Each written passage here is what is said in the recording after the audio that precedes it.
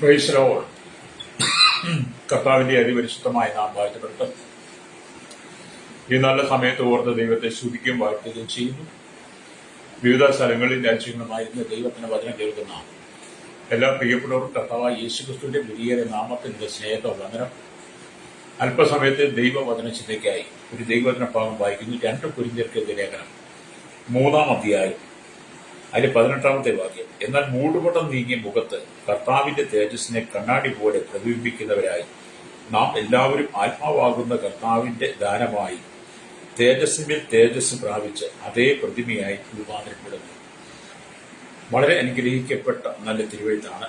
നമ്മൾ ചിന്തിക്കുന്ന വചനം, എന്നാൽ മൂടുപടം നീങ്ങിയ മുഖത്ത് കർത്താവിന്റെ തേജസ്സിനെ കണ്ണാടി പോലെ പ്രതിബിംബിക്കണം. ഹല്ലേലൂയ. ഇവിടെ ഈ 2 കൊരിന്ത്യർ ലേഖനം 3-ാം അധ്യായം ആരംഭിക്കാൻ 3 തൊട്ട് അല്ലെ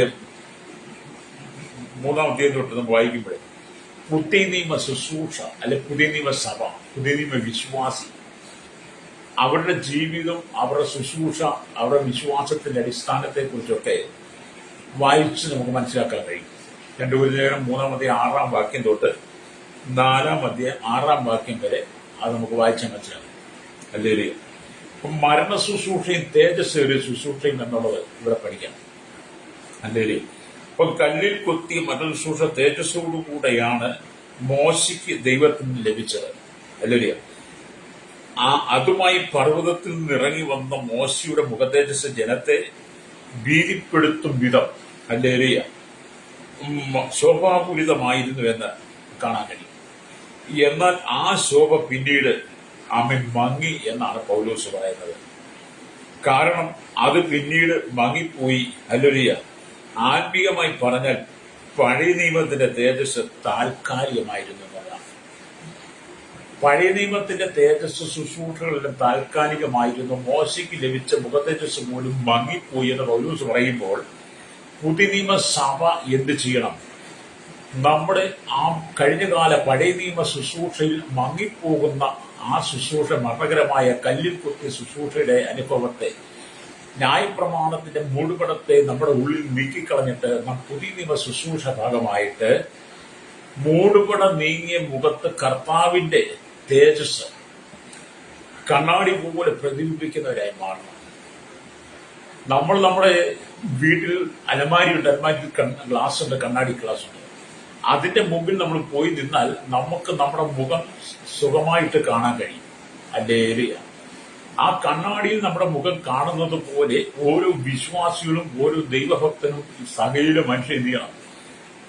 നമ്മുടെ ജീവിതത്തിന്റെ മൂടുപടങ്ങളെ മുഴുവൻ നീക്കിക്കളഞ്ഞിട്ട് കണ്ണാടിയിൽ നമ്മുടെ പ്രതിരൂപം കാണുന്നത് പോലെ തന്നെ നമ്മൾ അല്ലെങ്കിൽ കർത്താവായ യേശുക്രിസ്തുവിന്റെ അല്ലെങ്കിൽ തേജസ്സിനെ നമ്മുടെ ഉള്ളിൽ കാണുവാൻ കഴിയും, ജീവിതത്തിൽ അനുഭവിക്കണം. മൂടുപടം നീക്കിയെങ്കിൽ മാത്രമേ കർത്താവിന്റെ തേജസ് കണ്ണാടി പോലെ നമ്മുടെ ഉള്ളിൽ പ്രതിബിംബിക്കത്തുള്ളൂ. പല ജീവിതങ്ങളും മൂടുപടത്തിന്റെ അനുഭവത്തിലാണ്. അല്ലെ? അപ്പൊ മോശയുടെ മുഖതേജസ് വാങ്ങിക്കൊണ്ടിരുന്നു, അത് മൂടുപടത്താൻ മറക്കപ്പെട്ടിരുന്നു. ഹല്ലേലൂയ, സ്തോത്രം. ന്യായപ്രമാണത്തിന് കീഴിലുള്ളവരുടെ ഹൃദയത്തിന്മേൽ ആ മൂടുപടം ഇന്നും കിടക്കുകയാണ്. ഇന്നും ന്യായപ്രമാണത്തിന് കീഴിലുള്ള മൂടുപടം കിടക്കുകയാണ്. ക്രൈസ്തവ സഭ നമുക്ക് മനസ്സിലാക്കാൻ കഴിയും. ആ ന്യായപ്രമാണത്തിന്റെ പഴയ നിയമ ശുശ്രൂഷ മൂടുപടത്താൽ ഇന്ന് അവരുടെ മുഖം മൂടപ്പെട്ട് കിടക്കുമ്പോൾ അവർക്ക് പുതിയ നിയമസഭയുടെ വെളിച്ചത്തിലേക്ക്, പെന്തക്കോസ്ത് നാളിന്റെ അനുഭവത്തിലേക്ക് കടന്നു വരാൻ അവർ കഴിയുന്നില്ല. ഹല്ലേലൂയ, സ്തോത്രം. ന്യായപ്രമാണത്തിന് കീഴിലുള്ളവരാണ് അവർ. അവരുടെ ഹൃദയത്തെ എന്ത് ചെയ്യുന്നു? ഹല്ലേലൂയ, മറയ്ക്കപ്പെട്ടിരിക്കുകയാണ്. Praise the Lord. അപ്പൊ ആ മൂടുപടം, ആ ന്യായപ്രമാണം എന്ന മൂടുപടം ക്രൈസ്തവ സഭയുടെ ഉള്ളിടത്തോളം കാലം ക്രൈസ്തവ സഭയ്ക്ക് പുതിയ നിയമ വെളിച്ചത്തെ, പുതിയ നിയമ ശുശ്രൂഷ വെളിച്ചം കാണാൻ കഴിയത്തില്ല. അതുകൊണ്ടാണ് അവർ പല ആചാരങ്ങളും അനുഷ്ഠാനങ്ങളും കർമ്മങ്ങളും ഒക്കെ ചെയ്ത് ലോകത്തിലുള്ള മനുഷ്യപ്പോൾ ലോക ജാതികളെ പോലെ പലരും ആലയെ ജീവിക്കുന്നത്, അവരുടെ ആചാരങ്ങൾ കൊണ്ടുപോകുന്നത്. അല്ലെങ്കിൽ അപ്പം നമ്മൾ ആ മൂടുപടം നീക്കം, പഴയ നിയമ കാലഘട്ടത്തിലെ ശുശ്രൂഷ ന്യായപ്രമാണം എന്ന ആ മൂടുപടമല്ല നമുക്കുള്ളത്, മൂടുപടം മാറ്റം. അതുകൊണ്ടാണ് കർത്താവ് എന്നാൽ മൂടുപടം നീങ്ങിയ മുഖത്ത്, ന്യായപ്രമാണം എന്ന മൂടുപടം നീങ്ങിയ മുഖത്ത് മാത്രമേ കർത്താവിന്റെ തേജസ്സിനെ കണ്ണാടി പോലെ പ്രതിബിംബിക്കാൻ കഴിയത്തുള്ളൂ. ഏതെങ്കിലും മൂടുപടം നമുക്കുണ്ടെങ്കിൽ നമുക്ക് കർത്താവിന്റെ തേജസ്സിൽ നിറയപ്പെടാൻ കഴിയത്തില്ല. ഹല്ലേലൂയ. ആദിമ സഭയുടെ ചരിത്രം പഠിച്ചാലും അത് തന്നെയാണ്. പെന്തക്കോസ്ത് നാളിൽ കൂടിയിരുന്നവൻ ദൈവത്തിന്റെ പരിശുദ്ധാത്മാവ് നൂറ്റിയുടെ മേലും വരാൻ കാരണം എന്താ? ന്യായപ്രമാണത്താൽ ഉണ്ടായിരുന്ന മൂടുപടം നീങ്ങിക്കളഞ്ഞ് പുതിയ നിയമ ശുശ്രൂഷയ്ക്ക് പുതിയ നിയമ സഭയുടെ ശുശ്രൂഷകന്മാരായി ദൈവ അപ്പോസ്തലന്മാരെ എഴുന്നേൽപ്പിച്ചപ്പോൾ, അവരുടെ മേൽ ആത്മാവിന്റെ ശുശ്രൂഷ കൊടുത്തപ്പോൾ, കർത്താവിന്റെ തേജസ്സിനെ കണ്ണാടി പോലെ അവർ ഹൃദയത്തിനകത്ത് ഹൃദയിപ്പിക്കുന്നവരായി തീരുവാൻ, ആത്മാവിനെ നിറയപ്പെടുവാൻ, പരിശുദ്ധാത്മാവിനാൽ അവർ നിറയപ്പെട്ട ആത്മാവിൽ ആരാധിക്കാൻ കാരണം എന്താണ്? അവരുടെ ഉള്ളിലെ ന്യായപ്രമാണം മൂടുപടം നീങ്ങിപ്പോയി. ക്രൈസ്തവർ പക്ഷെ ഇന്നും ന്യായപ്രമാണം മൂടുപടം നീങ്ങാതെ കിടക്കുന്നതാണ് ക്രൈസ്തവ സഭയുടെ പരാജയം എന്ന് പറയുന്നത്. ക്രൈസ്തവർ ഇവിടെ ദൈവത്തിന് വചനം വായിക്കും കാണുന്നുണ്ട്. പൗലോസ് തന്റെ ബന്ധുജനങ്ങളെ കൂടെ അല്ലെങ്കിൽ ഓർത്ത് താൻ അതിൽ ദുഃഖിക്കുക. പൗലോസ് പറഞ്ഞ എന്റെ ബന്ധുക്കൾ, എന്റെ സഹോദരങ്ങൾ, എന്റെ കുടുംബക്കാരും ഇന്നും ആ ന്യായപ്രമാണത്തിന്റെ മൂടുപടത്തിന് കീഴിലാണ്. ഞാൻ ആ ന്യായപ്രമാണത്തിന്റെ മൂടുപടത്തിന് കീഴിൽ വെച്ച് ആ മൂടുപടത്തിന് വിടുവിക്കപ്പെട്ടതുപോലെ എന്റെ സഹോദരങ്ങളും വിടുവിക്കപ്പെട്ടിരുന്നെങ്കിൽ കൊള്ളായിരുന്നു എന്ന് പൗലോസ് ദുഃഖിക്കുകയും കൂടാണ്. കാരണം പൗലോസ് എന്ന് പറയുന്ന വ്യക്തി ന്യായപ്രമാണത്തെ നന്നായി പഠിച്ച് എഴുതിയ ഗമാലിയലിന്റെ പാദപീഠത്തിൽ എഴുതുന്ന നന്നായി അഭ്യസിച്ചവനാണ്. അല്ലെങ്കിൽ ആ പൗലോസ് ഈ മാർക്കക്കാർ എന്ന് പറഞ്ഞാൽ ദൈവമക്കളെ മുഴുവൻ പിടിച്ചു കിട്ടി യെരൂശലേമിൽ കൊണ്ടുവന്ന് കൊന്നുകളയാൻ വേണ്ടി മഹാപുരോഹിതന്മാരുടെ അധികാരപത്രം വാങ്ങി പുറപ്പെട്ടവനാണ്. പുസ്തകത്തിൽ 9 വായിച്ചാൽ കാണാൻ കഴിയും. അങ്ങനെ യാത്രയിൽ ഡെമോക്രസ് നടത്തപ്പോഴാണ് പൗലോസിനെ കർത്താവ് സന്ദർശിക്കുന്നതും പൗലോസ് കർത്താവുമായി കാണുന്നതും.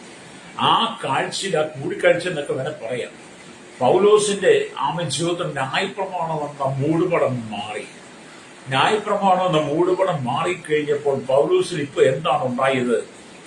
മൂടുപടം നീങ്ങിയ മുഖത്ത് കർത്താവിന്റെ തേജസ്സിനെ കണ്ണാടി പോലെ പ്രതിബിംബിക്കുന്നവനായി പൗലോസിനെ ദൈവം മാറ്റിയെടുക്കുകയാണ്. ഹല്ലേലൂയ. നാം എല്ലാവരും അതുപോലെ ആത്മാവാകുന്ന ഹല്ലേലൂയ കർത്താവിന്റെ നമ്മുടെ കർത്താവ് ആരാണ്? ഒരു വിഗ്രഹമല്ല. നമ്മുടെ കർത്താവ് ഒരു വിഗ്രഹമല്ല. നമ്മുടെ കർത്താവ് ആത്മാവാണ്. ആത്മാവാകുന്ന കർത്താവിന്റെ രൂപത്തെ ഉണ്ടാക്കാൻ കഴിയില്ല. വെളിപ്പാട് പുസ്തകം നിങ്ങൾ വായിച്ചാൽ, 1-ാം അധ്യായം വായിച്ചാൽ കർത്താവിന്റെ രൂപത്തെ കുറിച്ച് കാണാൻ കഴിയും. നിങ്ങൾ 1-ാം അധ്യായത്തിന്റെ 13-14 താഴോട്ടുള്ള വാക്യങ്ങൾ വായിച്ചാൽ കാണാൻ കഴിയും. അപ്പൊ ആത്മാവാകുന്ന കർത്താവിനെ നമ്മുടെ കൈപ്പണി കൊണ്ട് പണിതെടുത്തൊരു വിഗ്രഹമൊക്കെ മാറ്റാൻ കഴിയത്തില്ല. ഇന്നത്തെ കാലഘട്ടത്തിൽ കർത്താവിന്റെ വിഗ്രഹങ്ങൾ ഇഷ്ടംപോലെ വാങ്ങാൻ കിട്ടും. ലോക സൃഷ്ടമായിരിക്കുന്ന, ലോകത്തെ മുഴുവൻ സൃഷ്ടിച്ച സകല ജലത്തിന്റെയും ഉടമസ്ഥനായിരിക്കുന്ന, സകല ഭൂമിയുടെ ഉടമസ്ഥനായിരിക്കുന്ന ഈ അണ്ടകടാകത്തെ, അഖിലാണ്ടത്തെ മുഴുവൻ നിർമ്മിച്ച കർത്താവിനെ നമ്മുടെ യഹോവയായ ദൈവം പഴയ നിയമത്തിൽ, പുതിയ നിയമത്തിലേക്ക് കർത്താവായ യേശുക്രിസ്തുവിനെ നമ്മുടെ കൈപ്പണികൾ കൊണ്ട്, ഇവിടുത്തെ ശില്പികളുടെ കൈപ്പണി കൊണ്ട്, ഒരു പ്ലാസ്റ്റോപാനിഷൻ എന്ന് പറയുന്ന ആ സാധനം കൊണ്ടോ സിമെന്റ് കൊണ്ടോ കളിമണ്ണ് കൊണ്ടോ ഉണ്ടാക്കി അതിനെ വിറ്റഴിക്കുവാനുള്ളതല്ല കർത്താവിനെ. ആത്മാവാകുന്ന കർത്താവിനെ ഉണ്ടാക്കാനും പറ്റത്തില്ല. എന്റെ നമ്മുടെ കർത്താവ് ആത്മാവും ജീവനുമാണ്. ആത്മാവും ജീവനുമായിരിക്കും കർത്താവ് നമ്മുടെ ഉള്ളിൽ വെളിപ്പെടണം. അതുകൊണ്ടാണ് ആത്മാവാകുന്ന കർത്താവിന്റെ ദാനമായി തേജസ് പ്രാപിക്കണം. അപ്പൊ ഈ കർത്താവിന്റെ ദാനമാണ് തേജസ്. ആ തേജസ് പ്രാപിച്ച് അതേ പ്രതിമയെ, കർത്താവിന്റെ അതേ പ്രതിമയായി ആത്മാവിൽ കാണേണ്ടതാണ്. കർത്താവിന്റെ അതേ പ്രതിമ എന്ന് പറയുന്നത് നമ്മൾ ആത്മാവിൽ കാണണം. അതേ പ്രതിമയായി നമ്മൾ രൂപാന്തരപ്പെടണം. ഹല്ലേലൂയ. ഞാൻ ഒരു ദൈവദാസന്റെ ശക്തമായ സന്ദേശങ്ങൾ വായിച്ചു പഠിച്ചപ്പോൾ എനിക്ക് മനസ്സിലായത് ഈ മൂടുപടം എന്ന് പറയുന്നത് അത് നമ്മുടെ കുടുംബത്തിനകത്ത് തൊട്ടുണ്ട്. ഭാര്യഭർത്താക്കന്മാർ തമ്മിൽ പലപ്പോഴും മൂടുപടം ഇട്ടവരാണ്.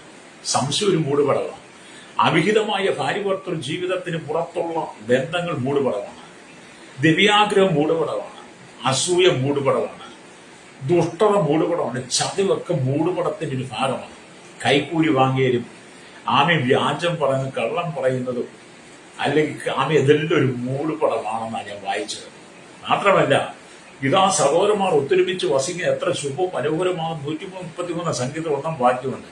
ചില കുടുംബങ്ങൾക്കകത്തൊക്കെ സഹോദരന്മാർ തമ്മിലടിച്ച് വസ്തുവിന് വേണ്ടി, സമ്പത്തിന് വേണ്ടി അടിപിടി ഉണ്ടാക്കുന്നു, മാതാപിതാക്കളെ ഉപദ്രവിക്കുന്നു, പീഡിപ്പിക്കുന്നു.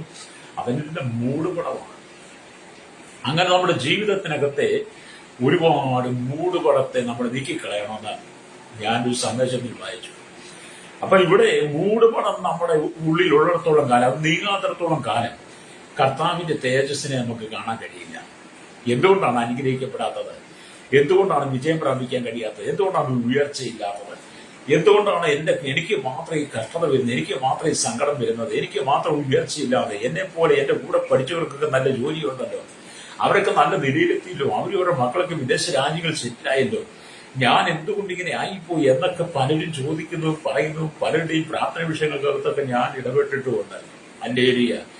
എന്താണെങ്കിലും നമ്മുടെ മൂടുപടം നീങ്ങിയില്ലെന്നുള്ളതാണ്.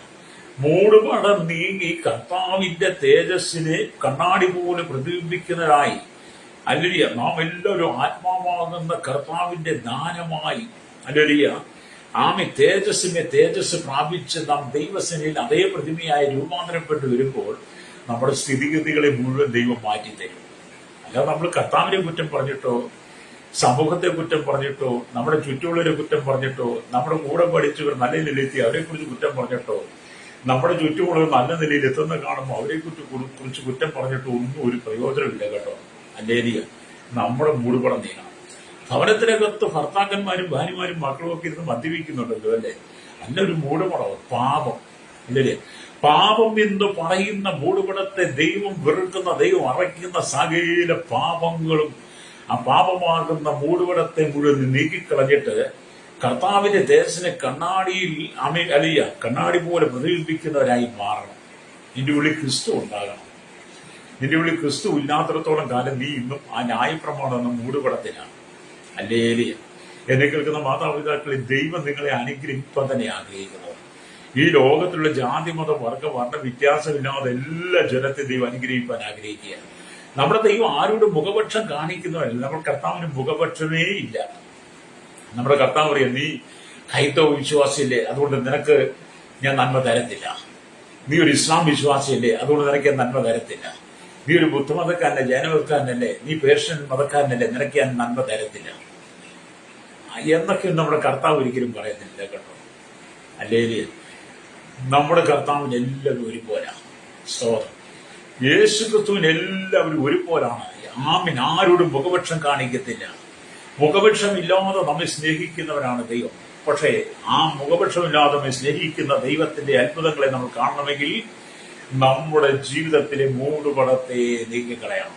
Price the Lord. നിങ്ങളൊരു പുസ്തകം എടുത്തു വെച്ച്, ഒരു ബുക്ക് എടുത്ത് വെച്ചിട്ട്, ഒരു പേനയും എടുത്തു വെച്ചിട്ട് പ്രഭാതം തൊട്ട് നിങ്ങൾ കണ്ണ് ചിമ്മി എഴുന്നേറ്റ് വരുന്ന സമയം തൊട്ട് നിങ്ങൾ വൈകിട്ട് കിടക്കാൻ പോകുന്നിടം വരെ നിങ്ങളുടെ മനസ്സിലൂടെ, ചിന്തയിലൂടെ, നോട്ടത്തിലൂടെ, കേൾവിയിലൂടെ, നിങ്ങളുടെ വാക്കിലൂടെ കടന്നുപോയ അന്നകത്തെ പാപങ്ങൾ അതെല്ലാം നിങ്ങൾ എഴുതി വെക്കണം. അതെല്ലാം മൂടുപടമാണ്. അങ്ങനെയുള്ള മൂടുപടത്തെ നീക്കിക്കളയാത്തോടത്തോളം കാലം എന്നെ കേൾക്കുന്ന ശ്രോതാവേ, സഹോദര സഹോദരി, യുവാക്കന്മാരോട് പറയട്ടെ, നമുക്ക് അനുഗ്രഹിക്കപ്പെടാൻ കഴിയത്തില്ല. അല്ലേറിയ. ജീവിതത്തിനകത്ത് എന്തെങ്കിലും ആ പാപത്തിന്റെ സ്വഭാവങ്ങൾ ഉണ്ടെങ്കിൽ അതിനെ നീക്കിക്കളഞ്ഞെങ്കിൽ മാത്രമേ നമുക്ക് പുതിയ നിയമസഭയുടെ ഉത്തമ ശുശ്രൂഷകനായി തീരുവാൻ, ഉത്തമ വേലക്കാരനായി തീരുവാൻ, മാത്രമല്ല ഉത്തമ വിശ്വാസിയായിരിക്കാൻ കഴിയുള്ളൂ. അല്ലേറിയ. എപ്പോൾ നമ്മുടെ മൂടുപടം നീങ്ങുന്നോ അപ്പോൾ തന്നെ ലോകത്തിന്റെ വെളിച്ചമായ ക്രിസ്തുവിന്റെ തേജസ് നമ്മുടെ ഉള്ളിൽ വെളിപ്പെടാൻ തുടങ്ങും. ഇരുളും മാറാതെ ഒരിക്കലും പ്രകാശം വരത്തില്ല. ഇപ്പൊ നമുക്കറിയാം, പ്രഭാതമായിട്ടില്ല. ഏകദേശം 5 മണി കഴിഞ്ഞതേ ഉള്ളൂ. 5 മണി കഴിഞ്ഞതുകൊണ്ട് നേരം വെളുത്തിട്ടുള്ള ഇരുളിൽ തന്നെ ഇപ്പോൾ നിൽക്കുകയാണ്. ഈ ഇരുള് മാറി സൂര്യൻ കിഴക്കുതിക്കുമ്പോഴാണ് അല്ലേലൂയ ഇരുള് മാറി പ്രകാശം വരുന്നത്. അപ്പം ഈ ഇരുളെന്ന് പറയുന്ന മൂടുപടം മാറി സൂര്യൻ ഉദിക്കുമ്പോൾ ഇരുളിനകത്തുനിന്ന് പ്രകാശം, ഈ ഇരുളെ പിടിച്ച ഭൂമിയെ പ്രകാശത്തിലേക്ക് കൊണ്ടുവരുന്നത് പോലെ നമ്മുടെ ജീവിതത്തിനകത്തെ ആ ഇരുളിനെ മാറ്റിക്കളയണം. അല്ലേലൂയ. ഇരുട്ടിന്റെ അനുഭവത്തെ എന്ന് പറഞ്ഞ പാപത്തെ മുഴുവൻ നീക്കിക്കളഞ്ഞിട്ട് നീതിസൂര്യനായ കർത്താവിന്റെ തേജസ് കാമിശോധം കണ്ണാടി പോലെ നമ്മുടെ ഉള്ളിൽ പ്രതിബിംബിക്കണം. ഏത് മനുഷ്യനെ പ്രകാശിപ്പിക്കുന്ന സത്യ വെളിച്ചമായിരിക്കുന്ന യേശു ക്രിസ്തു നമ്മുടെ ഹൃദയത്തിലേക്ക് ഇറങ്ങി വരണം. അങ്ങനെ വന്നാൽ നമ്മുടെ എല്ലാ കഷ്ടങ്ങളും മാറും. അല്ലേലൂയ. അല്ലാതെ നിങ്ങൾക്ക് വേണ്ടി മാത്രം കഷ്ടത തരത്തില്ല. സ്തോത്രം. ഞാൻ പലപ്പോഴും ഇങ്ങനെ കഷ്ടതയിലൂടെ ഒക്കെ കടന്നു പോകും, പ്രയാസത്തിലൂടെ കടന്നു പോകുമ്പോൾ, നമ്പരത്തിലൂടെ കടന്നു പോകുമ്പോൾ ഞാൻ കർത്താവോട് ചോദിക്കാറുണ്ട്, കർത്താവ് എനിക്ക് മാത്രമേ ഇങ്ങനെയുള്ളൂ. അല്ലേലൂയ. അപ്പൊ കർത്താവ് എന്നെ ശക്തമായിട്ട് ശാസിക്കുന്നത് ഇങ്ങനെ എനിക്കറിയാം. അല്ലേലൂയ. എന്താണ് കർത്താവ്? നിന്റെ മൂടുപടം നീ നീക്കിക്കളഞ്ഞാൽ നിന്നെ ഞാൻ അനുഗ്രഹിക്കും. അപ്പൊ എനിക്ക് മനസ്സിലായി, ഞാൻ ഈ ഭൂമിയിൽ ജഡത്തിൽ വസിക്കുന്നിടത്തോളം കാലം, ഈ ലോകത്തിൽ ജീവിക്കുന്നിടത്തോളം കാലം എന്റെ ജീവിതത്തിനകത്ത് മൂടുപടങ്ങളുണ്ട്. ആ മൂടുപടങ്ങളെ നീക്കിക്കളയുമ്പോഴാണ് കർത്താവിന്റെ തേജസ്സിനെ കണ്ണാടി പോലെ പ്രതിബിംബിക്കുന്നവനായി എനിക്ക് മാറാൻ കഴിയുള്ളൂ. മൂടുപടം ഉള്ളിടത്തോളം കാലം സ്വർഗത്തിലെ ആത്മീയ അനുഗ്രഹങ്ങളെ പ്രാപിക്കാൻ കഴിയില്ല. പ്രൈസലോ. എന്ത് ചെയ്താലും പരാജയം, എന്തെടുത്താലും പരാജയം, ഏത് മേഖലയുടെ കടന്നുപോയാലും പരാജയം. കണ്ണുനീരിന്മേൽ കണ്ണുനീര, ദുഃഖത്തിന്മേൽ ദുഃഖമെന്നൊക്കെ പറഞ്ഞതുപോലെ, അല്ലേലിയ, പാവി ചെല്ലുന്നതെല്ലാം പാതാളത്തിൽ പറഞ്ഞു വരും. നമ്മൾ പലതും അങ്ങനെയൊക്കെയാണ്. കർത്താവ് പറയാണ്, എനിക്കിഷ്ടമില്ലാത്ത മൂടുപടങ്ങളെ നീ നീക്കിക്കളയണം. ദൈവത്തിന് ഇഷ്ടമില്ലാത്ത മൂടുപടങ്ങൾ, ദൈവം വെറുക്കുന്ന മൂടുപടങ്ങൾ, പാപ സ്വഭാവങ്ങളെ മുഴുവൻ നീക്കിക്കളഞ്ഞിട്ട് എന്നെ കേൾക്കുന്ന സഹോദര സഹോദരി, നിങ്ങളിലും നിങ്ങളുടെ മാതാപിതാക്കളിലും നിങ്ങളുടെ മക്കളിലുമൊക്കെ ആത്മാവാകുന്ന കർത്താവിന്റെ തേജസ്, അല്ലേലിയ, കണ്ണാടി പോലെ നിങ്ങളുടെ ഉള്ളിൽ ഓരോരുത്തരുള്ളിൽ പ്രതിബിംബിക്കാം. അങ്ങനെ കർത്താവിന്റെ തേജസ് നിങ്ങളുടെ ഉള്ളിൽ വരുന്നു കഴിയുമ്പോൾ ഇരുൾ മാറി വെളിച്ചമാകും. തേജസ് വന്നാൽ പിന്നെ അവിടെ ഇരുട്ടിന് പ്രാധാന്യമില്ല. അല്ലേലിയ. ഇപ്പം നമുക്കറിയാം, ലോക ജനത്തെ നോക്കിയാൽ ലോക ജനത്തിൽ നല്ലൊരു ശതമാനം ജനത്തിന്റെ ഉള്ളിൽ ഇരുട്ടിനാണ് പ്രാധാന്യം. അവർ ഇരുളിന്റെ പ്രവൃത്തി ചെയ്യുക, ഇരുളിനെ സ്നേഹിക്കുക. എന്നാൽ ഇരുൾ മാറി ഒരു വെളിച്ചമുണ്ട്. ആ വെളിച്ചത്തിലേക്ക് വരുന്നെങ്കിൽ, അല്ലേലിയ, ആമീൻ, സ്തോത്രം, നമ്മുടെ ജീവിതം അനുഗ്രഹിക്കപ്പെടും. ആമീൻ. നമ്മൾ വേദപുസ്തകത്തിന്റെ ആരംഭ വാക്യം നോക്കിയാൽ തന്നെ നമുക്ക് മനസ്സിലാക്കാൻ കഴിയും. മൂടുപടത്താൽ മൂടപ്പെട്ട് കിടന്നതുപോലെ ഭൂമി, മൂടുപടത്താൽ, അല്ലെങ്കിൽ നമ്മുടെ മുഖം തുണിയിട്ട് മറയ്ക്കുന്നത് പോലെ, മൂടുപടം ഇട്ട് മറയ്ക്കുന്നത് പോലെ ഈ ഭൂമി അങ്ങനെ തന്നെയായിരുന്നു. അപ്പൊ അവിടെ ദൈവം ആദിയിൽ ആകാശവും ഭൂമി സൃഷ്ടിച്ചു. ഭൂമി പാഴിൽ ശൂന്യമായിരുന്നു, ആഴത്തിന്മേൽ ഇരുളായിരുന്നു. ദൈവത്തിന്റെ ആത്മാവ് വെള്ളത്തിന്മേൽ പരിവർത്തിച്ചുകൊണ്ടിരുന്നു എന്ന് ഒരു വലിയൊരു അനുഭവത്തെ കാണാൻ കഴിയുന്നുണ്ട്. അപ്പൊ അവിടെ എന്താണ്? ഭൂമി പാഴും ശൂന്യവുമാണ്, ആഴും ഭൂരഹിതവുമാണ്. അല്ലേലൂയ, സ്തോത്രം. ശൂന്യമാണ്, ആഴമാണ്, ആഴമാകുന്ന ഇരുൾ. അതിന്റെ ദൈവത്തിന്റെ പരിശുദ്ധാത്മാവ് പരിവർത്തിക്കുന്നുണ്ട്. മൂന്നാം ഭാഗം ഉൽപ്പത്തി ദിവസം 1:3 വെളിച്ചം ഉണ്ടാകട്ടെ എന്ന് പറഞ്ഞപ്പോൾ എന്ത് ചെയ്തു? ആ ഇരുള് മാറി, ആഴത്തിന്മേൽ ഇരുള് മാറി, ഭൂമിയിൽ പ്രകാശം വന്നതുപോലെ. എന്നെ കേൾക്കുന്ന സ്നേഹിത, നമ്മുടെ ജീവിതം ഇതുപോലെ തന്നെ ആഴത്തിലാണ്, ഇരുളിലാണ്. അല്ലേ? ഇരുളിന്റെ ആഴങ്ങൾ നിന്നെ കൈയടക്കി, ഇരുളിന്റെ ആഴങ്ങൾ നിന്നെ പിടിച്ചടക്കിയിരിക്കുന്നു. ഇരുളിന്റെ ആഴങ്ങൾ നിന്റെ കുടുംബത്തെ തകർത്തുകൊണ്ടിരിക്കുന്നു, നിന്റെ ജീവിതത്തെ തകർത്തുകൊണ്ടിരിക്കുന്നു. ആ ഇരുളിന്റെ ആഴത്തിൽ നീ മടങ്ങി വന്ന് ലോകത്തിന്റെ വെളിച്ചമായിരിക്കുന്ന കർത്താവ്, വെളിച്ചം ഉണ്ടാകട്ടെ എന്ന് പറഞ്ഞ് വെളിച്ചം ഉണ്ടായതുപോലെ നിന്റെ ഹൃദയത്തിനകത്ത് ഇരുള് മാറുവാൻ വെളിച്ചമായവൻ നിന്റെ ഉള്ളിലേക്ക് വരണം. Price the Lord. ഈ ലോകത്തിൽ വെളിച്ചമായ ഒറ്റ ദൈവം കർത്താവായ യേശു ക്രിസ്തു. ആമേൻ. സത്യവേദോസം യോഹന്നാന്റെ സുവിശേഷം 1-ാം അധ്യായം നിങ്ങൾ വായിച്ച് നിങ്ങൾക്ക് മനസ്സിലാക്കാൻ കഴിയും. ലോകത്തിന്റെ വെളിച്ചമായി ഒരുവനുണ്ടെങ്കിൽ കർത്താവായ യേശു ക്രിസ്തു. ആ വെളിച്ചമായി നിന്റെ ഉള്ളിലേക്ക് വരിക എന്നുള്ളതാണ്. അപ്പൊ ഇവിടെ ദൈവത്തിന്റെ വചനമൊക്കെ കാണുമ്പോൾ നമുക്കത് കാണാൻ കഴിയും. അപ്പൊ കർത്താവിന്റെ കരങ്ങളിലെ അത്ഭുതകരമായ ഒരു സൃഷ്ടിയാണ് മനുഷ്യൻ. കർത്താവിന്റെ കരങ്ങളിലെ അത്ഭുതകരമായ ഒരു സൃഷ്ടിയാണ് മനുഷ്യൻ. ഈ ലോകത്തെ ദൈവം ഈ പ്രകൃതിയെ സൃഷ്ടിച്ചു, പ്രപഞ്ചത്തെ സൃഷ്ടിച്ചു, ആകാശത്തെ, ഭൂമിയെ സൃഷ്ടിച്ചു, കരയും കടലിനെ സൃഷ്ടിച്ചു, അത് തമ്മിലെല്ലാം വേർതിരിച്ചു. ഭൂമിയിൽ വിടുന്ന എല്ലാ സസ്യാദികളെയും സൃഷ്ടിച്ചു, എല്ലാ മൃഗങ്ങളെയും, ഇഴജാതികളെയും, പക്ഷി പർവ്വജാതികളെയും എല്ലാം സൃഷ്ടിച്ചു. അല്ലേലിയ. അങ്ങനെയുള്ള എല്ലാ സൃഷ്ടിപ്പിൽ നിന്നും വ്യത്യസ്തമായ ഒരു അത്ഭുത സൃഷ്ടിയാണ് മനുഷ്യൻ. അല്ലേലിയ. ഭൂമിയിലുള്ള സകല ജീവജാലങ്ങൾക്കും പ്രകൃതിക്കും ഭൂമിയിലുള്ള സകല സൃഷ്ടികൾക്കും ജീവനുണ്ടെങ്കിലും ആത്മാവില്ല. അല്ലേലിയ. എന്നാൽ ആത്മാവാകുന്ന കർത്താവ് സകലത്തെയും സൃഷ്ടിച്ച് 6-ാം ദിവസം നിലത്തെ പൊടികൊണ്ട് മനുഷ്യനെ സൃഷ്ടിച്ച് അവന്റെ മൂക്കിൽ ഊതി ജീവശ്വാസം വന്നപ്പോൾ കർത്താവിന്റെ തേജസ്സാൽ അവൻ നിറയപ്പെട്ടു. അല്ലേലിയ. കർത്താവിന്റെ തേജസ്സിനാൽ നിറയപ്പെട്ട് കർത്താവിന്റെ കണ്ണാടി പോലെ പ്രതിബിംബിക്കുന്നവരായ ആദമിനെ ഹവ്വയും തോട്ടത്തിലാക്കി വെച്ച്, ഏദൻ തോട്ടത്തിൽ. എന്നാൽ വായത്ത സാത്താൻ പാമ്പേ, അല്ലേലിയ, ഹവ്വയെ വശീകരിച്ച് തിന്നരുതെന്ന് പറഞ്ഞ വൃഷഫലം കഴിച്ചപ്പോൾ അവളുടെ കണ്ണു തുറന്നുവെന്ന് ഉൽപ്പത്തി പുസ്തകം 3-ൽ 1 തൊട്ട് വായിച്ചു എന്ന് കാണാൻ കഴിയും. അവൾ പാപത്തിന്റെ ഫലം, അവളുടെ പാപ ജീവിതം, സാത്താന്റെ വാക്ക് അവൾ കേട്ടപ്പോൾ അവളുടെ ജീവിതത്തിന്റെ തേജസ് നഷ്ടപ്പെട്ടു പോയി. തേജസ് നഷ്ടപ്പെട്ടു. അവൾ പാപത്തിൽ വീണു. അവൾ മുഖാന്തരം വാദവും പാപത്തിൽ വീണു. അല്ലേലേ. പാപം വന്നപ്പോൾ അവരുടെ ജീവിതം ഇരുളായി മാറി. പിന്നീട് ആദമിനുണ്ടായ സകല സന്തതി പരമ്പരകളും ഇതേ ഇരുളിലാണ് പോകുന്നത്.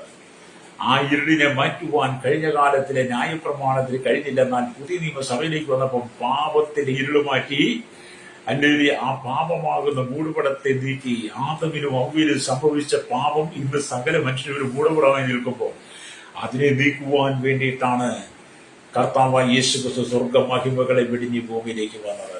തെക്താൻ ചെയ്യാം, യേശുക്രിസ്തു സ്വർഗമഹിമകളെ വെടിഞ്ഞ് ഭൂമിയിലേക്ക് വന്ന് പാപത്താൽ നിറയപ്പെട്ട് കിടന്നിരുന്ന, ശാപത്താൽ നിറയപ്പെട്ട് കിടന്നു, സമാധാനമില്ല, സന്തോഷമില്ല, മരണത്തിന് വേണ്ടി വിധിക്കപ്പെട്ട് കിടന്നിരുന്ന നമ്മുടെ ഓരോരുത്തരുടെയും മുഖത്തെ ആ പാപത്തിന്റെ മൂടുപടം കർത്താവ് മാറ്റി തന്നു. എങ്ങനെ? അവന്റെ ക്രൂശിലെ മരണത്തിലൂടെ ആ മൂടുപടം നീക്കിയിട്ട് കർത്താവിന്റെ തേജസ്സിനെ കണ്ണാടി പോലെ നമ്മുടെ ഉള്ളിൽ പ്രതിബിംബിക്കുവാൻ, അല്ലെങ്കിൽ നാം എല്ലാവരും ആത്മാവാകുന്ന കർത്താവിന്റെ ദാനമായ തേജസ് പ്രാപിക്കാൻ വേണ്ടി, നമ്മൾ അതേ പ്രതിമയായി രൂപാന്തരപ്പെടാൻ വേണ്ടി ദൈവം നമ്മെ ലോകത്തിൽ നിന്ന് വേർതിരിച്ചു. രക്തം ചെയ്യും. അതുകൊണ്ട് എന്നെ കേൾക്കുന്ന മാതാപി പിതാവേ, നമ്മൾ മടങ്ങി വരണം. അപ്പോൾ എന്നാൽ മനുഷ്യൻ പാപം ചെയ്തപ്പോൾ ദൈവമായുള്ള സഖ്യതയെ നഷ്ടപ്പെടുത്തി. മനുഷ്യൻ പാപം ചെയ്തപ്പോൾ എന്ത് ചെയ്തു? ദൈവമായുള്ള ബന്ധം നഷ്ടപ്പെട്ടു പോയി. ദൈവമായുള്ള ബന്ധം നഷ്ടപ്പെട്ടു പോയതോടുകൂടി അപ്പാ പിതാവി എന്ന് വിളിക്കുന്ന പുത്രന്റെ അഹങ്കാരയെ കൂടെ നമുക്ക് നഷ്ടപ്പെടുകയാണ്. അപ്പൊ പാപത്തിന്റെ മൂടുപടം നീക്കിക്കഴിഞ്ഞപ്പോൾ കർത്താവ് നമുക്ക് എന്താ റോമലേഖനം 8:15 വായിക്കും കാണുന്നുണ്ട്. ദാസ്യത്വത്തിന്റെ ആത്മാവിനെയല്ല, ദാസ്യത്തിന്റെ ആത്മാവിനെ അല്ല, അബ്ബാ പിതാവി എന്ന് വിളിക്കുന്ന പുത്രത്വത്തിന്റെ ആത്മാവിനെ എത്രയും പ്രാപിച്ചത്. അപ്പം പാപത്തിന്റെ മൂടുപടം നീക്കിക്കഴിഞ്ഞപ്പോൾ, ഹല്ലേലൂയ, മൂടുപടം നമ്മുടെ മുഖത്തുനിന്ന് നീക്കിക്കഴിഞ്ഞപ്പോൾ അപ്പാ പിതാവി എന്ന് വിളിക്കുന്ന പുത്രത്തിന്റെ ആത്മാവിനെ ദൈവം നമ്മുടെ ഉള്ളിൽ തന്നു. ഇപ്പൊ നമ്മൾ മൂടുപടമുള്ളവരല്ല. മൂടുപടം നീങ്ങിയ മുഖത്ത് കർത്താവിന്റെ തേജസ്സിന് കണ്ണാടി പോലെ പ്രതിബിംബിക്കുന്നവരാണ്. അതാണ് ദൈവസഭ, അതാണ് ക്രിസ്തീയ വിശ്വാസം, ക്രിസ്ത്യ ജീവിതം.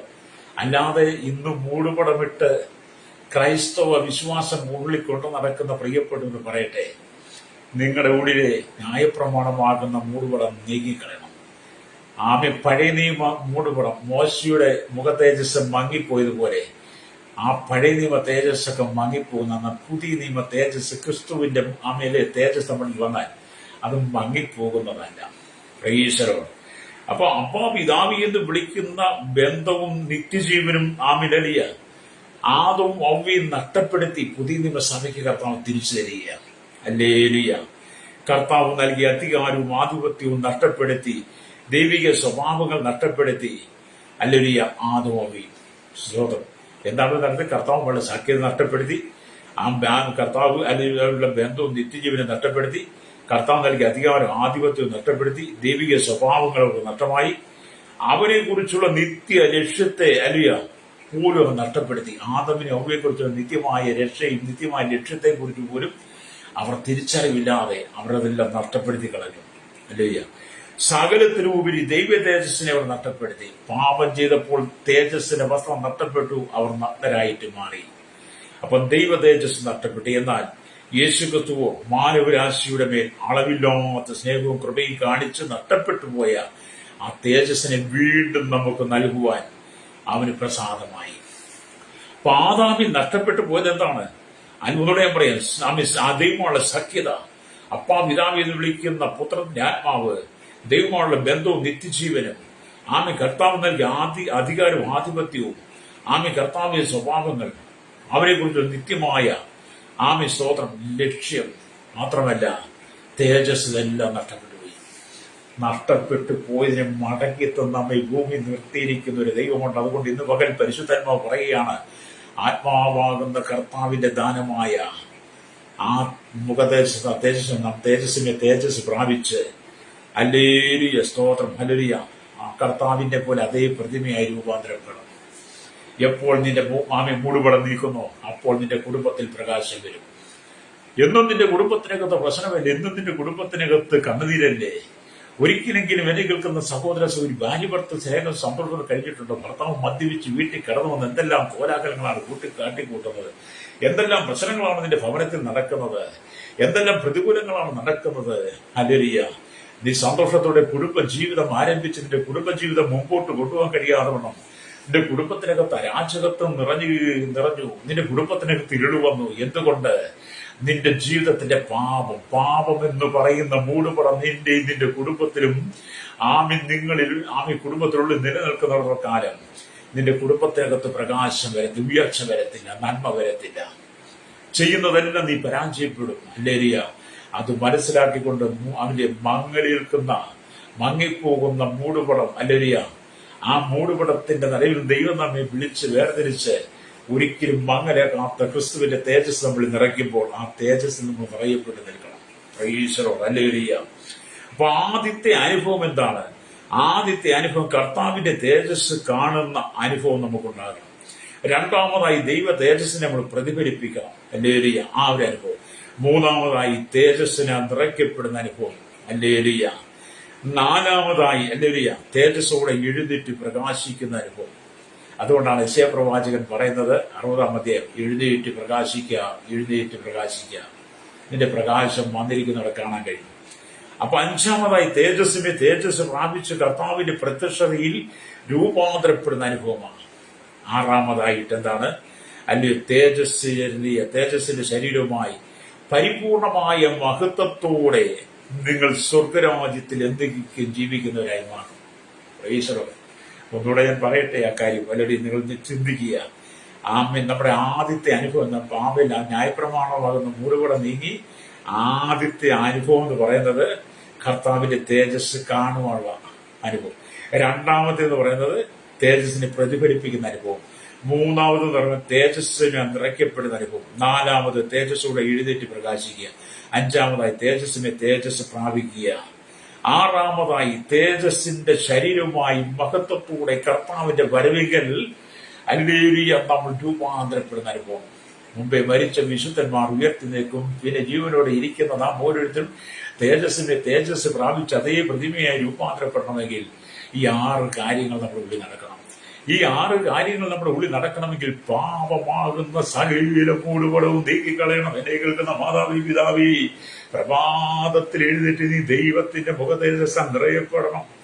പ്രഭാതത്തിൽ എഴുന്നേറ്റ് നീ നിന്റെ മക്കളും ഒന്നിച്ച് കുടുംബ പ്രാർത്ഥന നടത്തി ദൈവത്തോട് ചേർന്നിരുന്ന് കർത്താവേ, ഇന്ന് പകൽ മൂടുപടമാകുന്ന പാപത്തിലേക്ക് ഞാൻ പോകാതെ, പാപമാകുന്ന മൂടുപടം എന്റെ മേൽ വന്ന് വീഴാതെ, പാപമാകുന്ന മൂടുപടം ഉള്ളവരോടൊപ്പം ഞാൻ യാത്ര ചെയ്യുമ്പോൾ ഞാൻ അതിനകത്ത് യോജിച്ചു പോകാതെ, ചേർന്ന് പോകാതെ, കർത്താവ് ആത്മാവാകുന്ന കർത്താവിന്റെ ദാനമായിരിക്കുന്ന തേജസ് പ്രാപിച്ച് അതേ പ്രതിമയായി ഈ ലോകത്തിൽ എനിക്ക് ജീവിപ്പാൻ അങ്ങ് കൃപ നൽകണമേ എന്ന് നീ നിന്റെ മക്കളും പ്രഭാതത്തിൽ എഴുതിയിട്ട് പ്രാർത്ഥിച്ച് ദൈവത്തിനെ സമർപ്പിക്കണം. എന്നിട്ട് വേണം എല്ലാം തുടങ്ങാൻ, കേട്ടോ. അങ്ങനെ ദൈവതേജസ്സിന്റെ മുഖത്ത് വന്നാൽ പിന്നെ നീ ഒരിക്കലും ദുഃഖിക്കേണ്ടി വരത്തില്ല. തേജസ് പ്രാപിച്ചാൽ നമ്മുടെ മുഖത്ത് ആ ദൈവ തേജസ് ശോഭ കാണാൻ കഴിയും. അല്ലേരിയ. നീ കരഞ്ഞു കലങ്ങിയ കണ്ണുമായി എന്നും കണ്ണുനീര് ദുഃഖം. അല്ലേരിയ. ചിലരുടെയൊക്കെ മുഖത്ത് നോക്കിയാൽ ഒരിക്കലും സമാധാനമില്ല. അല്ലേരിയ. ചിലരുടെ കണ്ണ് കലങ്ങിക്കിടക്കുന്നത് കാണാം. ചിലരോട് സംസാരിച്ചാൽ അപ്പോൾ തന്നെ വിങ്ങിപ്പോട്ടും. ഞാൻ കഴിഞ്ഞ ദിവസം ഒരു സഹോദരിയായിട്ട് സംസാരിച്ചപ്പോൾ ഞാൻ സംസാരിച്ചു തുടങ്ങിയപ്പോൾ തന്നെ ആ സഹോദരൻ കണ്ണു നിറയാൻ തുടങ്ങി. ആ കണ്ണു നിറഞ്ഞ് കണ്ണുനീർ ധാരധാരയെ ഒഴുകാൻ തുടങ്ങി. അപ്പൊ എനിക്ക് മനസ്സിലായി ആ ഹൃദയത്തിനകത്ത് ഒരിക്കലും സമാധാനം ഉണ്ടായിട്ടില്ല. ഒരിക്കലും സമാധാനം ഉണ്ടാകാത്ത എത്രയോ സഹോദരിമാർ നമ്മുടെ ഇടയിലുണ്ട്. കുടുംബത്തിനകത്തെ പ്രശ്നങ്ങളല്ലേ കാരണം. കുടുംബത്തിനകത്ത് പാപമാകുന്ന മൂടുപടമുള്ളപ്പോൾ അല്ലരിയ ഒരിക്കലും സമാധാനമില്ലാത്ത ജീവിക്കുന്ന എത്ര സഹോദരന്മാർ എന്നെ കേൾക്കുന്ന സ്നേഹിത, നമ്മൾ അല്പകാലം മാത്രമാണ്. അധിക കാലം നമുക്ക് ജീവിക്കാൻ പറ്റുന്ന അല്പകാലം മാത്രമേ നമ്മൾ ഈ ഭൂമിയിലുള്ളൂ. നമ്മൾ ഈ ഭൂമി ഒഴിഞ്ഞു കൊടുക്കണം. ഇവിടെ നമ്മൾ മാറിക്കൊടുക്കണം. ഇപ്പോൾ നമ്മൾ അധിവസി കൂടാരം, ശരീരമാകുന്ന കൂടാരം വിട്ട് നമ്മൾ പോയേ പറ്റുള്ളൂ. അല്ലേരിയ. നമ്മുടെ ഉള്ളിൽ കിടക്കുന്ന ആത്മാവ് എല്ലാ കാലത്തും ഭൂമി നിലനിൽക്കുന്നതല്ല. അത് ദൈവം തിരിച്ചെടുക്കുന്ന ഒരു സമയമുണ്ട്. നമ്മുടെ ആത്മാവിനെ ദൈവം തിരിച്ചെടുക്കുന്ന സമയം നമ്മൾ തിരിച്ചറിഞ്ഞുകൊണ്ട് നമ്മുടെ ജീവിതത്തിന്റെ മൂടുപടമാകുന്ന പാപങ്ങളെ മുഴുവൻ നീക്കിക്കളഞ്ഞിട്ട് കർത്താവായ യേശുക്രിസ്തു മധ്യാകാശ വരവിനു വേണ്ടി ആ തേജസ് പ്രാപിച്ച് അതേ പ്രതിമയെ രൂപാന്തരപ്പെടാൻ നമ്മൾ ദൈവസനയിൽ ആ വിശുദ്ധിയോടെ നിൽക്കണം. പ്രൈസരോ. അതുകൊണ്ട് മരണം ഏത് സമയത്തും വരാം. അടുത്തൊരു നിമിഷത്തിൽ മരണം വന്നാൽ, അടുത്തൊരു നിമിഷം മരണം നമ്മെ എടുത്താൽ നമ്മുടെ ആത്മാവ് കർത്താവിന്റെ സന്നിധിയിലേക്ക് എത്തിച്ചേരണം. ഹല്ലേലൂയ. അപ്പൊ നമ്മുടെ മൂടുപടത്തെ മുഴുവൻ നീക്കണമെന്ന ഹല്ലേലൂയ. ഞാൻ ഈ ദൈവത്തെ വാങ്ങിച്ചു, ഞാൻ കർത്താവിനോട് പറഞ്ഞു, കർത്താവേ, മൂടുപടമായിട്ട് എന്തെങ്കിലും എന്റെ ഉള്ളിലുണ്ടെങ്കിൽ അതിനെ നീക്കിത്തരണം. അത് നമ്മുടെ ഉള്ള മൂടുപടം നീങ്ങിപ്പോകണം. ഹല്ലേലൂയ. അപ്പൊ ഇതിലെ ആദ്യത്തെ അനുഭവമായി ദൈവദേശനെ കാണണമെങ്കിൽ പാറയാകുന്ന ക്രിസ്തുവിന്റെ മുറിവുകളിൽ മറഞ്ഞു ജീവിക്കണം. ഈ മൂടുപടം നമ്മുടെ ഉള്ളിൽ ഹല്ലേലൂയ നീങ്ങണമെങ്കിൽ എന്ത് ചെയ്യണം? നമ്മുടെ പാറയാകുന്ന, പിളർന്ന പാറയാകുന്ന ക്രിസ്തുവിന്റെ പിളർപ്പിൽ നമ്മൾ നിൽക്കണം. അതിനെക്കുറിച്ച് വേദപുസ്തകം മോശയോട് പറയുന്നത് എന്താണെന്നറിയാമോ? പുറപ്പാട് പുസ്തകം ഹല്ലേലൂയ 33 അധ്യായം അതിന്റെ 21, 22 വാക്യങ്ങൾ വായിക്കുമ്പോൾ ഇങ്ങനെ എഴുതിയിട്ടുണ്ട്. അല്ലെ, ഇതാ എന്റെ അടുക്കൽ ഒരു സ്ഥലം ഉണ്ട്, അവിടെ ആ പാറമേൽ നീ നിൽക്കണം.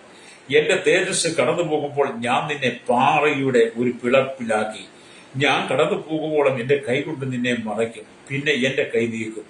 നീ എന്റെ പിൻഭാഗം കാണും, എന്റെ മുഖമോ കാണാവതല്ല എന്ന് പറഞ്ഞു. അപ്പൊ നമ്മൾ ഈ തേജസ് പ്രാപിക്കണമെങ്കിൽ പിളർന്ന പാറയാകുന്ന ക്രിസ്തുവിന്റെ ആ പിളർപ്പിൽ നിൽക്കണം. ഹല്ലേലൂയ. പിളർന്ന പാറയാകുന്ന ആ മോശ ആ പാറയുടെ പിളർപ്പിൽ നിന്നതുപോലെ പുതിയ നിയമസഭയിൽ പിളർന്ന പാറയാകുന്ന ക്രിസ്തുവിന്റെ മുറിവുകളിൽ മറഞ്ഞു ജീവിക്കണം. നമുക്ക് വേണ്ടി പിളർന്ന പാറ കർത്താവ് യേശുക്രിസ്തുവാണ്. മോശ പാറയുടെ പിളർപ്പിൽ നിന്നെങ്കിൽ നമ്മൾ അവന്റെ ശരീരത്തിലെ മുറിവുകളിൽ മറഞ്ഞു നിൽക്കണം. നമുക്ക് വേണ്ടി പിളർക്കപ്പെട്ടവന്റെ ശരീരം, ആ മുറിവുകളിൽ നമ്മൾ മറഞ്ഞ് ജീവിക്കണം. ഹല്ലേലൂയ.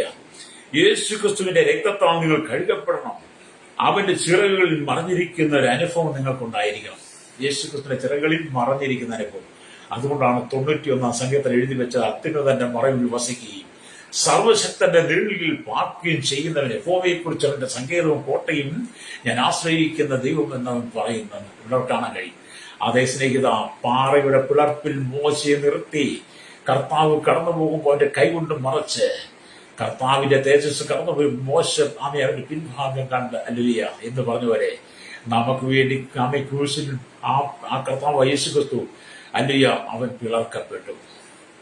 ആ പിളർന്ന മുറിവിന്റെ ആ മുറിവിൽ നീ മറയ്ക്കപ്പെടുന്നെങ്കിൽ നിന്നെ ഉലകത്തെ തകർക്കാൻ ആർക്കും കഴിയില്ല. അത്യുന്നതന്റെ മറയിൽ വസിക്കണം, സർവശക്തനിൽ പാർക്കണം. ഹല്ലേലൂയ. അതാണ് ദൈവത്തിന് വചനം പറയുന്നത്. അപ്പോസ്തലൻ പൗലോസ് ശൗലായിരുന്നപ്പോൾ ക്രൈസ്തവരെ നശിപ്പിക്കുവാൻ വേണ്ടി ദമസ്കസ് വേദിയിലേക്ക് പോയപ്പോൾ അവിടെ വെച്ച് ഹല്ലേലൂയ മുഖത്തെ ആ ദൈവ തേജസ്സിനെ കണ്ടു. ആകയാൽ അവന്റെ ഇരു കണ്ണുകളും കുരുടായി തീർന്നു. ഹല്ലേലൂയ. ഈ പൗലോസ് യേശുവിനെ കണ്ടപ്പോൾ തന്നെ നീ ആരാകുന്നു കർത്താവ്, നീ ഉപദ്രവിക്കും യേശു എന്ന് പറഞ്ഞപ്പോൾ തന്നെ പൗലോസിന്റെ കണ്ണ് ഇരുളായി പോയി. ഹല്ലേലൂയ. സ്തോത്രം. പാപക്കണ്ണുകളോടെ വിശുദ്ധമായി ദൈവതേജസ്സിനെ കാണുവാൻ കഴിയുകയില്ല എന്നുള്ളതാണ്. പാപത്തിന്റെ കണ്ണുകൾ കൊണ്ട് വിശുദ്ധനായ ദൈവത്തെ കാണാൻ കഴിയും. അതുവരെ പൗലോസിന്റെ കണ്ണുകൾ പാപത്തിന്റെ മൂടുപടമുള്ള കണ്ണുകളാണ്. പാപത്തിന്റെ മൂടുപടമുള്ള കണ്ണുകൾ കൊണ്ട് കർത്താവിനെ കാണാൻ കഴിയില്ല. അതുകൊണ്ട് എന്ത് ചെയ്തു? പൗലോസിന്റെ കണ്ണ് ഇരുണ്ടുപോയി. ഹല്ലേലൂയ. എന്നെ കേൾക്കുന്ന പ്രിയ സ്നേഹിത, ഇബ്രാഹിം ലേഖനം 12:14 അതുകൊണ്ട് ശുദ്ധീകരണം കൂടാതെ ആരും കർത്താവിനെ കാണുകയില്ല. ഹല്ലേലൂയ. ശുദ്ധീകരണം വന്നു. പൗലോസിന്റെ ജീവിതത്തിൽ ശുദ്ധീകരണം ആ ദമസ്കസ് വെച്ച് വന്നു കഴിഞ്ഞപ്പോൾ പാപത്തിന്റെ മൂടുപടം ഉണ്ടായിരുന്ന എന്റെ കണ്ണിൽ നിന്ന് ചെതുമ്പൽ താനെ ഇളകിപ്പോയി. ചെതുമ്പൽ പോലെ ഇളകി വീണ് കഴിഞ്ഞപ്പോൾ ആ മൂടുപടം പൗലോസിന് മാറിപ്പോയി. നിങ്ങൾ അപ്പോസ്തലരുടെ 9:9 വായിക്കണം കേട്ടോ. അങ്ങനെ പാപത്തിന്റെ മൂടുപടം നീങ്ങിപ്പോയ പൗലോസ് പിന്നത്തേതിൽ കർത്താവിന് വേണ്ടി രക്തസാക്ഷിത്വം വരിക്കുന്നവരെ കർത്താവിന് വേണ്ടി അഹോരാത്രം പണിയെടുത്തവനാ, ജോലി ചെയ്തവനാ, വേല ചെയ്തവനാ. അതേ സ്നേഹിത, നമുക്ക് ആ ദൈവത്തിലേക്ക് മടങ്ങി വരാം. ഹല്ലേലൂയ. സഹോദരൻ, കർത്താവിനെ സ്തുതിക്കുന്നത് വിശുദ്ധിയോടുകൂടി നിങ്ങൾ സ്തുതിക്കണം. നിങ്ങൾക്ക് വിശ്വാസവും ആവശ്യമാണ്. വിശ്വാസം എന്നതൊരു ഒരു വലിയ ശക്തി തന്നെയാണ്. വിശ്വസിച്ചാൽ നീ ദൈവത്തിന്റെ മഹത്വം കാണുമെന്നാണ് മാർത്തിയോടും മറിയോടും കർത്താവ് യേശുക്രിസ്തു യോഹന്നാൻ 11:40 പറഞ്ഞത്. വിശ്വസിച്ചാൽ ദൈവത്തിന്റെ മഹത്വം കാണാം. അത് ഇന്ന് പകൽ ഞാൻ നിങ്ങൾക്ക് വേണ്ടി പ്രാർത്ഥിക്കാൻ പോവുകയാണ്. ഹല്ലേലൂയ. സ്തെഫാനോസിനെ ജനം കല്ലെറിയുമ്പോൾ അവൻ സ്വർഗത്തിലേക്ക് നോക്കിയപ്പോൾ അപ്പോസ്തലപ്രവൃത്തി 7:55-56 വായിക്കും. ദൈവമഹത്വവും ദൈവത്തിന്റെ വലത്തുഭാഗത്ത് യേശു നിൽക്കുന്നതും കണ്ടു. ഇതാ സ്വർഗം തുറന്നിരിക്കുന്നു, മനുഷ്യപുത്രൻ ദൈവത്തിന്റെ വലത്തുഭാഗത്ത് നിൽക്കുന്നത് ഞാൻ കാണുന്നു എന്ന് പറഞ്ഞപ്പോൾ ആ പല്ല് കടിച്ച് ആമി കൂട്ടത്തോടെ വന്ന് ആമി സ്തെഫാനോസിനെ അവിടെ എറിഞ്ഞു കൊന്നു. പ്രൈസ്.